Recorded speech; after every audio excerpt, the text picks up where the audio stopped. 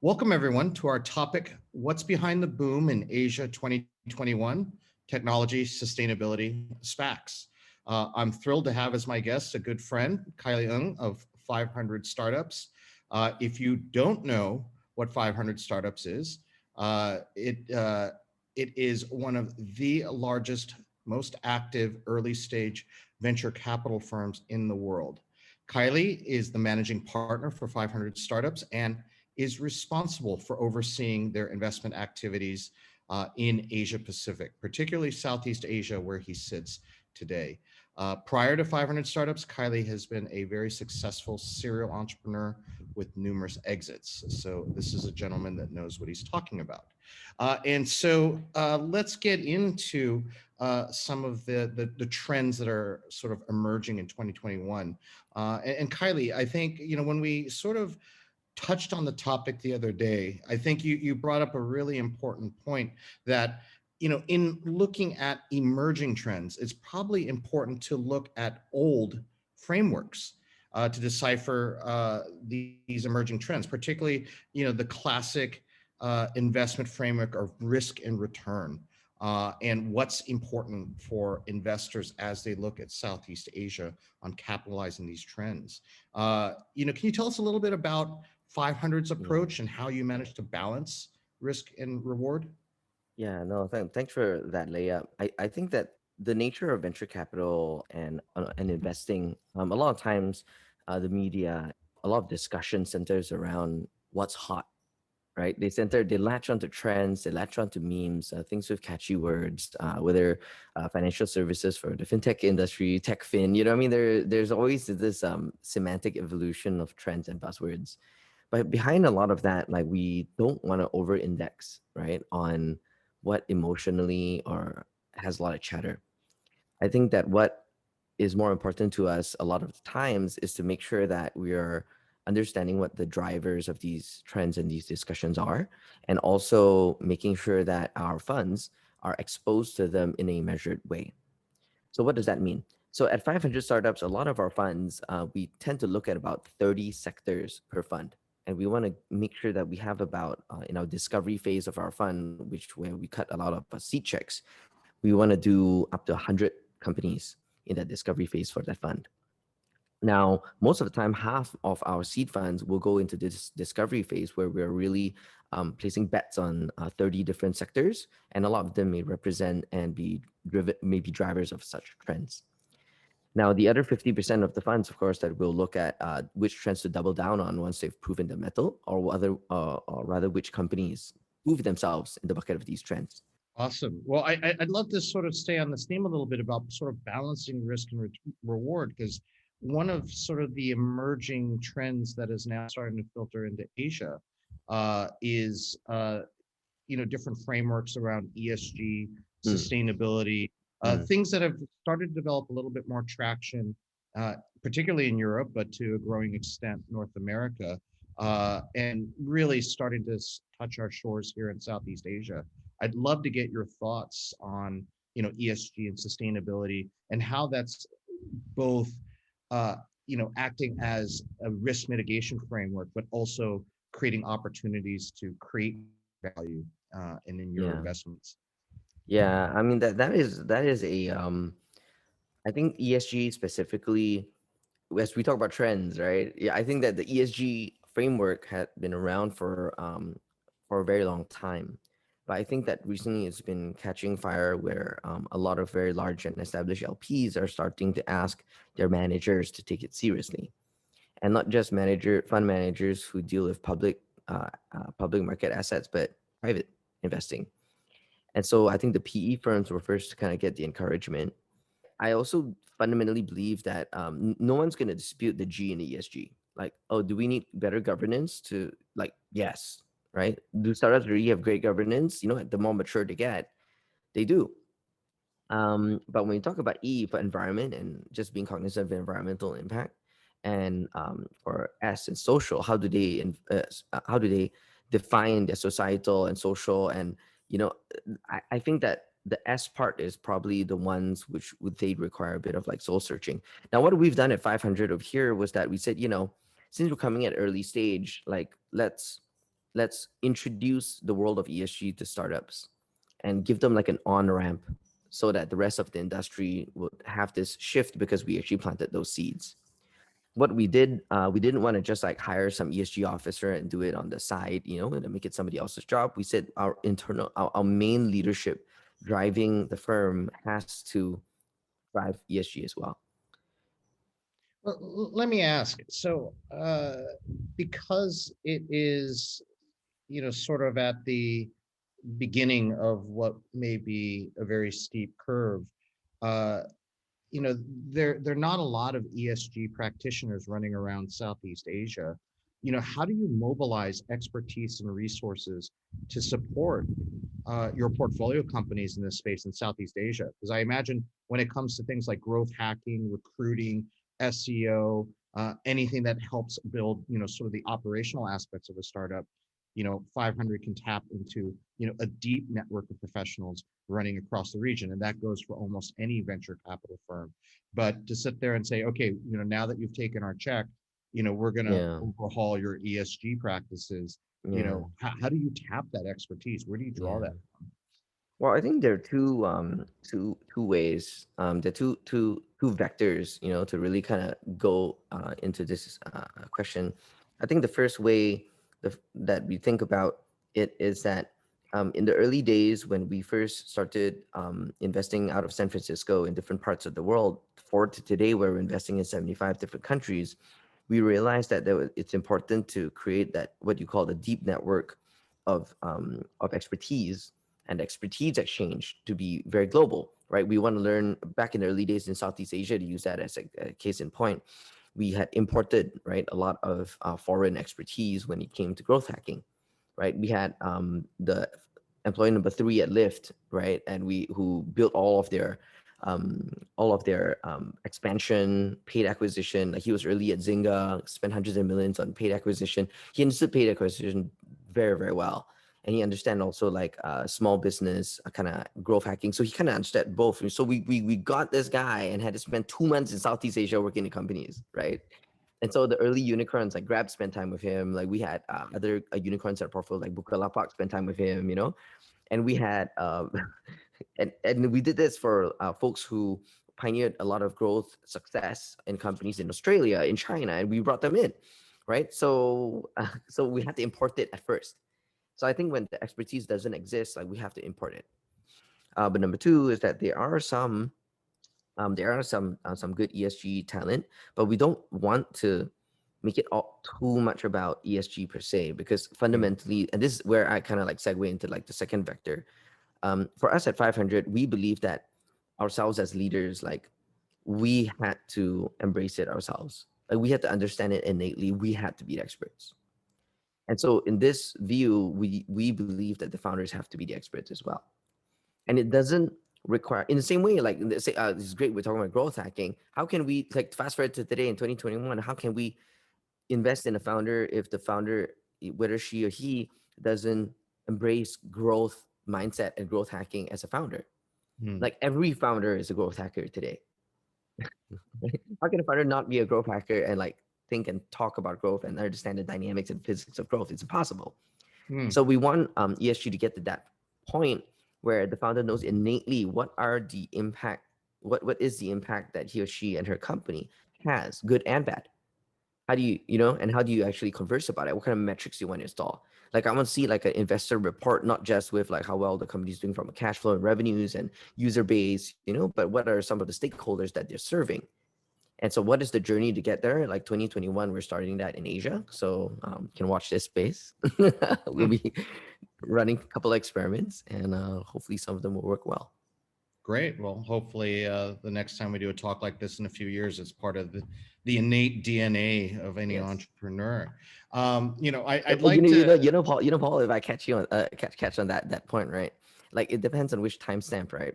Because if we go into like a timestamp that's further out, it's very difficult to imagine a company saying that I'm not an internet company. Like I'm not, you know what I mean? Like every company uses the internet to some degree. So every company would be internet. Like back then, cloud, you'd be like, oh, like I'm a cloud-based CRM or I'm a cloud-based like ERP. Like, but now every software is in cloud, right? social, talk about social, right? Oh, socially enabled e-commerce. Back then, like Mm. you would say that I'm social, but fast forward today, like who says they're social? Everyone's like leveraging the social graph in interesting ways, right? So Yeah, nobody says that it's no anymore, longer a right? qualifier. It's invisible because it's part of the Ubiquitous, enablement. right? Yeah, it's everywhere. So the same thing with impact. Like I would imagine one day say, oh no, you know what? I'm a non-impact company, or like I'm a no ESG for me. I'm just I hate evil the completely. environment. Yeah, exactly. I don't care. I don't care. I don't even measure that stuff. Like it sucks. Like what? Would that even exist? I don't know, man. Like I want to be on the right side of history on this one, Paul. I think many of us do. Great. Well, let's switch gears a little bit. I'd like to talk about SPACs for a moment. That like ESG, that's SPACs are something that have been around for a while. Particularly in North America, but seem to be garnering increasing interest in a lot of chatter on the Southeast Asian side of the world. A couple of well-known figures in the region announcing that they're looking to raise big money around SPACs and make acquisitions. I'd love to get your views on this. Particularly from the lens that we set up around a risk or reward. ESG and sustainability. It Yeah, sounds like it's less of a fad and more of an inevitable yeah, the hygiene evolution of factor. our Yeah. ecosystems. Do you see SPACs in the same vein, or do you see them as something a bit different? Yeah, so SPACs, I mean, of course, like a lot of folks like, wow, we got like hundreds of SPACs in span of 12 months. And, it's just like another type of a bubbly type of thing. And, so and having, I think like Tom from Gobi and myself were involved as advisors, right, in one of the Southeast Asian SPACs. Like, we're here to learn, right? Like, I want to learn what's going on. I want to understand it from the inside out on how the SPAC thesis is built, like who invests in it, how the banks, the investment banks, like what's their role, what are their incentives, what are the incentives of the LPs who invest in SPACs, and how do they deal with the risk and reward question. And of course, you look at what's very notable about SPACs is the warrants, right? Mm. And then so like how do the warrants help kind of like round out the risk for them? And so if anything I've learned from this early journey of SPAC is, number one, a lot of the SPACs that are raised in the US, they are targeting Southeast Asia. One of our companies, which is really, really apt for a SPAC, given their unicorn range and their assets. When I touched base with them 6 weeks ago, they said they're talking to 2 SPACs. When I touched base with them last week, they said 11 SPACs have reached out to them, right? So I would say like number one is that like Southeast Asia presents a lot of opportunities for SPACs to look at, because the Southeast Asia market, as we know, right, is one of the fastest growing, if not the fastest growing market, internet economy compared to a lot of other regions, and it has sizable companies, right? So I think number one, I think a lot of SPACs have been getting more and more interested in Southeast Asia, and that's what I can see from at least from my desk. Number two is that we're also noticing and observing that as far as the risk versus reward, or and how that integrates and rounds out, is that what I mentioned earlier about warrants. But on the founder side, like we also kind of see the risk from our side, because these founders and these companies are in our portfolio, and we don't want them to go public via SPAC just a tank, right? We want them to have like an enviable exit, and we want our companies to be ready for the public markets. And so that readiness, and that's the part where the job of the venture capitalist has to steer and to guide the companies, not get overly excited about it, to do a serious amount of diligence on who's behind the SPACs that's interested in acquiring them, right? Now, the third thing that I think is also quite the third thing, like I point out from our desk, the SPACs themselves. I think that the first few Southeast Asian and non-American SPACs to list, they will set the benchmark on whether or not the trend will continue in what way. And we look at, say, electric vehicles, like the EV SPACs, like they've been doing pretty well. And so they're inviting more EV companies. We got a bunch of EV companies which are sizable in our Southeast Asian portfolio. We've got 4, in fact, and they're heavily courted because like the early EV SPACs in the US did well, right? So I think if we look in one layer and like which types of SPACs are doing well, I think that's another dimension to kind of look at. And I'm hoping that like if we are careful enough in the first few SPACs that we kind of like, if we recommend, which companies and ready which companies, working with the right SPACs, they go public, they make a big story, you get a C Limited Part 2, you know, that'll be a good thing, right? And I think we can be proactive about these things. So we want to um, play an active role in encouraging and engineering rewards, but also to kind of round off the risks. If that's what I would say, that what all of us in Southeast Asia can do. Let's not all just rush in and just hey, take all my companies, hey, just SPAC all these with some ding dong SPACs with this ding dong companies and just blow the shit up. Like that's terrible, you know. So that's the number one thing I'm trying to avoid for you know, and encourage not to do.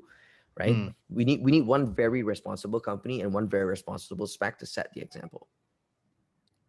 Okay, yeah. So I was going to ask whether you feel that SPACs are a viable and sustainable avenue for companies to access public markets and reach some sort of public market liquidation versus kind of too early to tell. But it sounds like it's more at the latter, just sort of there's the potential there, not quite sure. And it sounds like you're taking very much almost an entrepreneurial approach to SPACs. It's like Yes. let's build a hypothesis, let's build, measure, learn. Let's learn as we go. We might be doing pivots along the way. We might fall flat on our faces. We'll see. But let's jump in and see how that goes. Is that a fair characterization of your approach to understanding what potential SPACs will have in this region? The way I would describe it is that like it's inevitable because of market forces. There are plenty of SPACs looking at Southeast Asians in their thesis for Southeast Asian and Asian assets. And then you've got plenty of very ready companies with a good growth horizon. And so the active hand over here is to let the first SPAC go out the door with the very best and most responsible company and with the very best SPAC partners who aren't in it just for a quick buck. And we Mm. can match make those two, we would set an example and the kind of domino effect that we want. If the opposite happens and our first SPAC is an irresponsible company with irresponsible SPAC manager and we get like a kind of like huge SPAC dud from Southeast Asia, it's bad for the region, right? Mm. And it's bad for non-US assets in listing in the US. And we need more success stories so that we have an exit market and an exit exchange that is sizable and viable, right, for non-US assets. And we're talking about non-China here, you know. so so yeah, so I think that that's very, very important for this machinery of globalization to work, where you got opportunities in one place and we have to set the right first example, and I think we get a shot at doing it really, really good with this. So that's why I'm just extra careful. Mm. Fantastic. Well, thanks for sharing that. So we've talked about sustainability. We talked about SPACs. It's been you sort of reacting to some trends that I'm throwing at you. But I'd love to get your thoughts on, are there trends that you're sort of spotting or monitoring that perhaps we may not have mentioned, or we that we ought to be thinking about.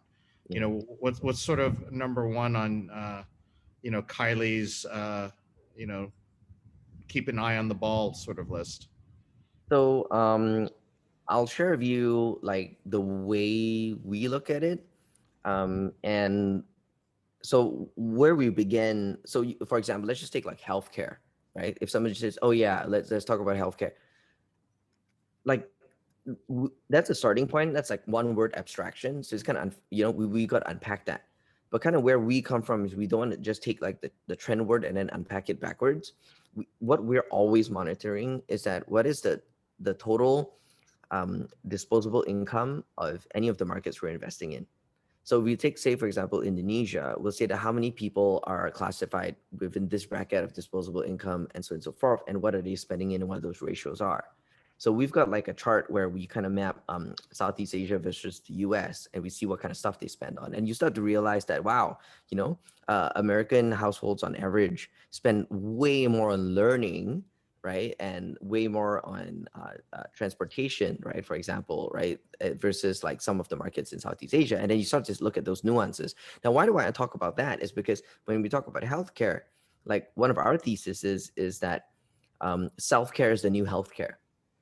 So of course, again, then you come from the catchy buzzword, right? And you know, I take full credit at making that one up, right? So, no, I'm just kidding. But self-care is the new healthcare. Why Healthcare we is the new healthcare, registered trademark. That's right. That's right. You Earlier. heard it here Okay. first, you know. But no, but just kidding. But where that is coming from is because we think that institutional healthcare is expensive from the get-go, and those systems have not caught up with the needs, the demographic needs of, say, a market like Indonesia. And then so folks have always taken matters into their own hands. They've always been herbalists. You know, there's always a lot of Asian tradition on how do you heal yourself, right? And then so if we kind of triangulate that with like my early experiences traveling in China, like I had contracted a kind of like a throat irritation at the time, and then the hotel said, which kind of doctor do you want to go to? Do you want to go to like the Western one or traditional one? I'm like, you know what? I'm gonna go to traditional one. But when the traditional one, it looked exactly like a modern one. Like I would, you know, imagine like some dude with a beard giving me some herbs or something. But no, it was like a hospital. And then you take a number, you go to a different room. It's just that like it's a different school of medicine almost, right? Then you get some powders that I pump into tea later on, and I just drink this tea, right? As opposed to pop some pill, right? So it's along those lenses where I say that, okay, we talk about healthcare in a global sense, and in averages we think that some kind of tech, some health tech, right? But when we kind of take that into the Asian context to see kind of where they're already spending, what kinds of demographics, like, then we try to drill a bit deeper. How does that express itself how does that express itself in a way that's investable? That would be huge. So along those lines, like folks who are investing in quote unquote self-care as the new healthcare, like you can expand that into well-being, right? Are folks spending more on well-being as a result, or are they, and how are they doing that? Back before people are downloading like apps on how to meditate, it used to be alcohol. Alcohol used to be the well-being thing, you know what I mean? And that sounds like a crazy thing to say, but cigarettes and alcohol were like, they numb your mind from your pains of the day. That was their role back then, right? So they're a relaxant, if anything. So okay, we're not going too deep into this self-care healthcare thing, but like when we try to build out a thesis, we need to build out how the thesis expresses itself and what those changes are. So, and then we'll say that, okay, what kind of companies are worth investing? Like, couldn't we pick like 2 to 3 of them?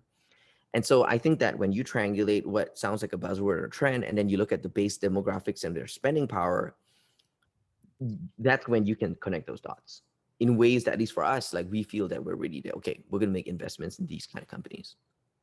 I would also imagine sort of that self-help, self-directed sort of solution in healthcare would be equally applicable to education, sort of people finding their own educational resources, Yeah. directing their own education, and to some extent, probably their own financial situation, their own finances through personal financial management apps, Yes. robo-advisors, really Yes. just sort of cutting out institutions and middlemen and saying, I am going Yes. to direct my healthcare, Yes. my education, Yes. my Yes. wealth.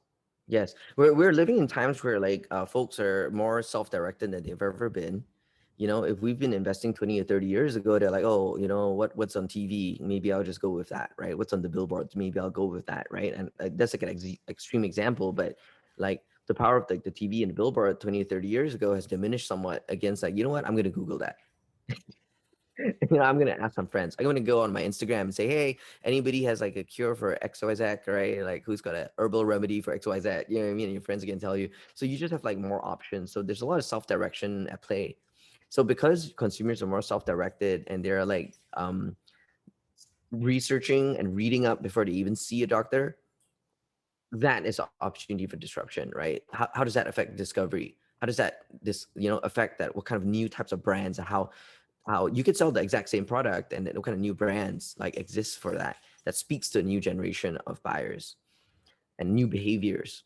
So I think that the demographic aspects are important. I'll say one last thing. Like we talk about demographics and we're usually talking about consumers, but what you'll see, we do a lot of unicorn analysis as well, and we're particularly interested in like which of the unicorns grew the fastest and used the least money. So I'm going to share this metaphor I use that mirrors Hollywood. So in Hollywood, like we would watch movies like the Avengers, or whatnot in the Marvel Cinematic Universe, like big blockbuster hits.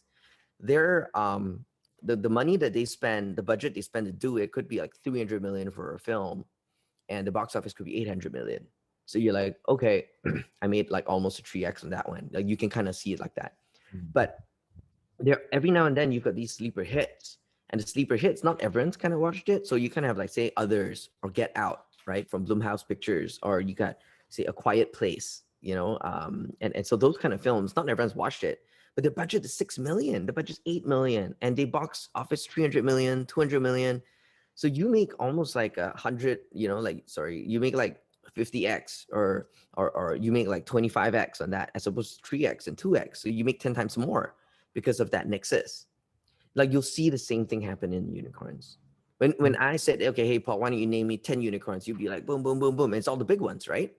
And most of the time, what you see, if you do this like dipstick unicorn test on people, the unicorns they name are also the ones who raise the most money. Why? The more money you raise, the more the press covers it, the more people think it's absurd, the more people talk about it. So as a result, you had a power law of like unicorn paradigm, where the maybe 10 or 20 unicorns represent like 500 different unicorns which exist on the unicorn count. But what happened to the rest of those unicorns? Who are they? What are their stories? Then you start to realize that, number one, not all unicorns are cash guzzlers. So many of them, they raise very, very small amounts of money as they go. So and some of them you haven't heard of them, but they raise very little money, and they create outsized returns. And so they're the sleeper hits. So you almost have blockbuster unicorns and sleeper hit unicorns.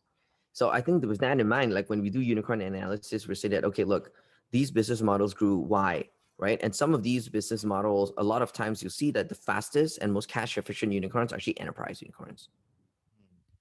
So while we choose consumer unicorns and talk about like trend analysis from a consumer angle, when you think about enterprise, what are enterprise trends? That's less talked about. That is the stuff that we are interested in as well. Like all of our profiles, we have 50-50 consumer and enterprise.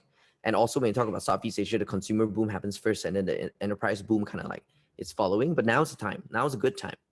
Because if you look at like the total disposable income from a household of consumer, you can apply that to a enterprise as well. If you're like a small medium enterprise, it's like you're a middle-class family. What are your needs? What are your concerns? Maybe you're spending on sales software, you're spending on HR software because you're trying to grow, but you're not going to spend on branding just yet, right? Because that's like a higher up the Maslow's hierarchies of need or whatever, right? So maybe when you're flush with cash, you're like, all right, let me contemplate what does my brand represent. You know what I mean?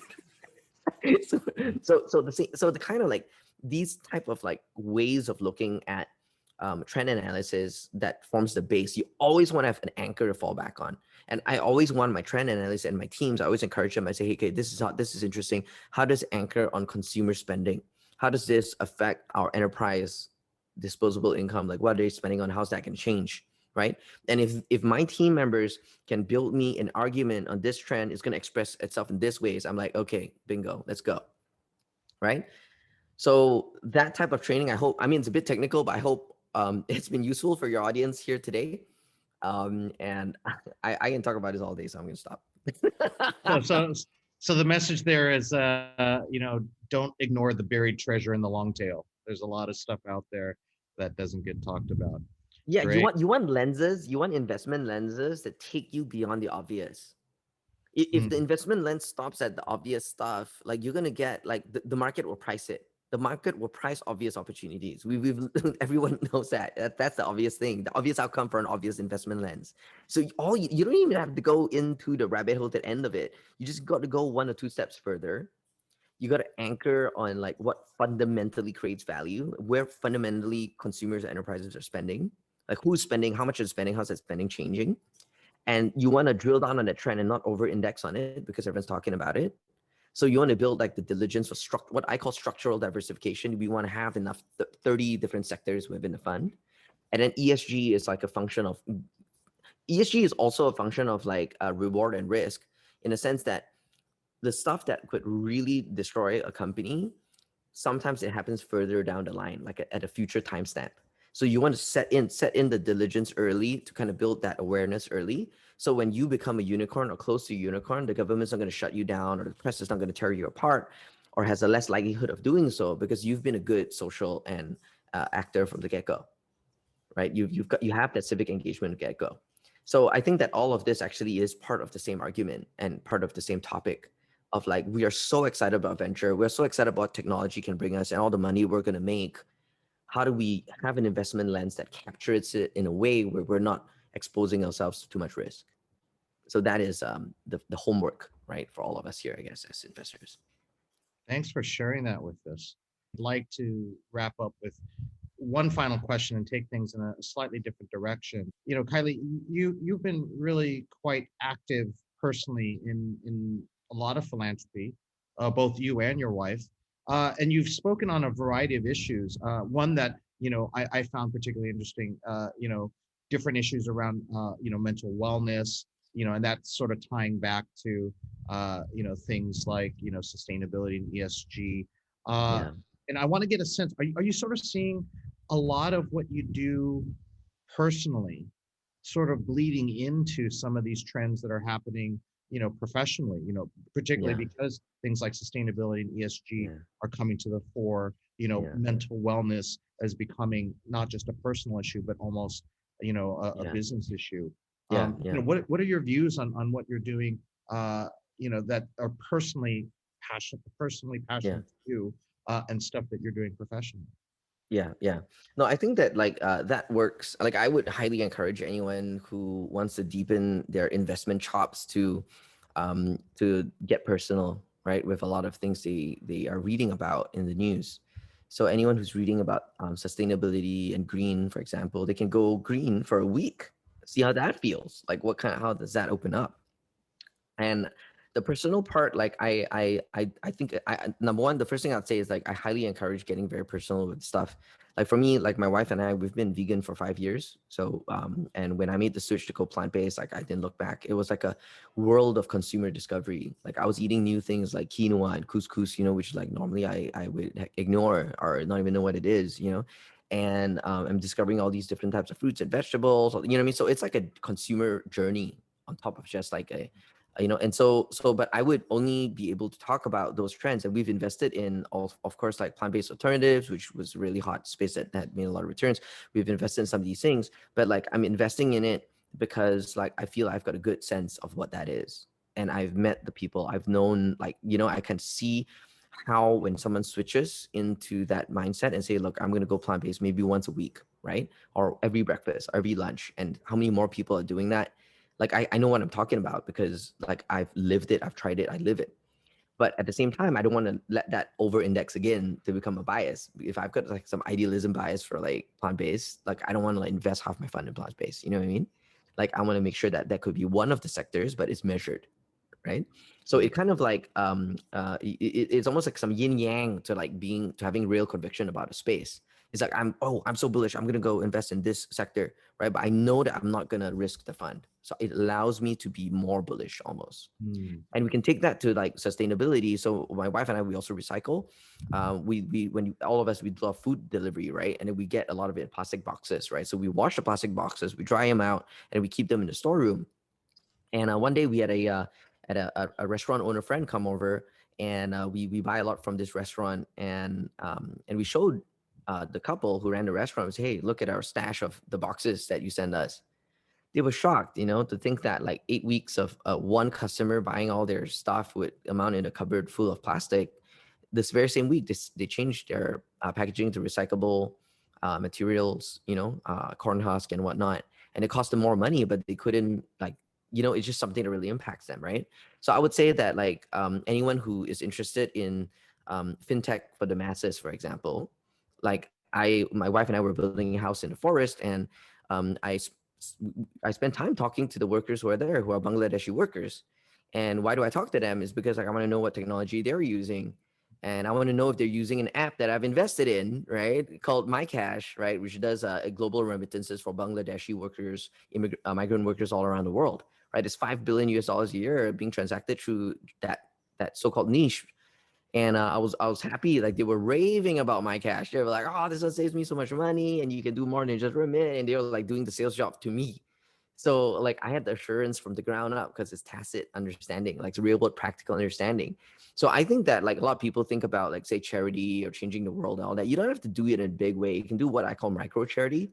So like when I was thinking about wife and I were thinking about like fitness, we're thinking about how gyms are really expensive, and then a lot of the park infrastructure are made for children. I said, you know what? Let's build a park that's geared for adults in one of the poorest places in Kuala Lumpur, where I'm calling you from right now, right? So we just crowdfunded it. The whole exercise cost me less than 2 weekends, and less than like $2,000. And then we've got this like park that mimics Miami Muscle Beach, right? We got the pull-up bars, we got dip bars, you got the push-up bars, right? And then we see, like, I'm just like looking at the Instagram tags on the people who use it. Folks are coming from different states all the way there just to work out.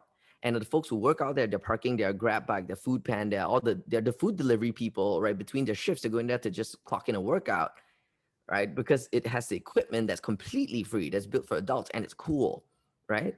So from there, I'm like, okay, that's interesting. So that's micro charity, I call it, right? You wanna what, be the change you see in the world? Like, you don't have to move a mountain, just move your finger, and you learn a lot, right? And so I hang out there. I've made real friendships over there with folks in that community, and I've learned a lot from them. And when next time when I'm investing in something that targets different types of sectors of society or different kind of like use cases, like, I have more dots to connect.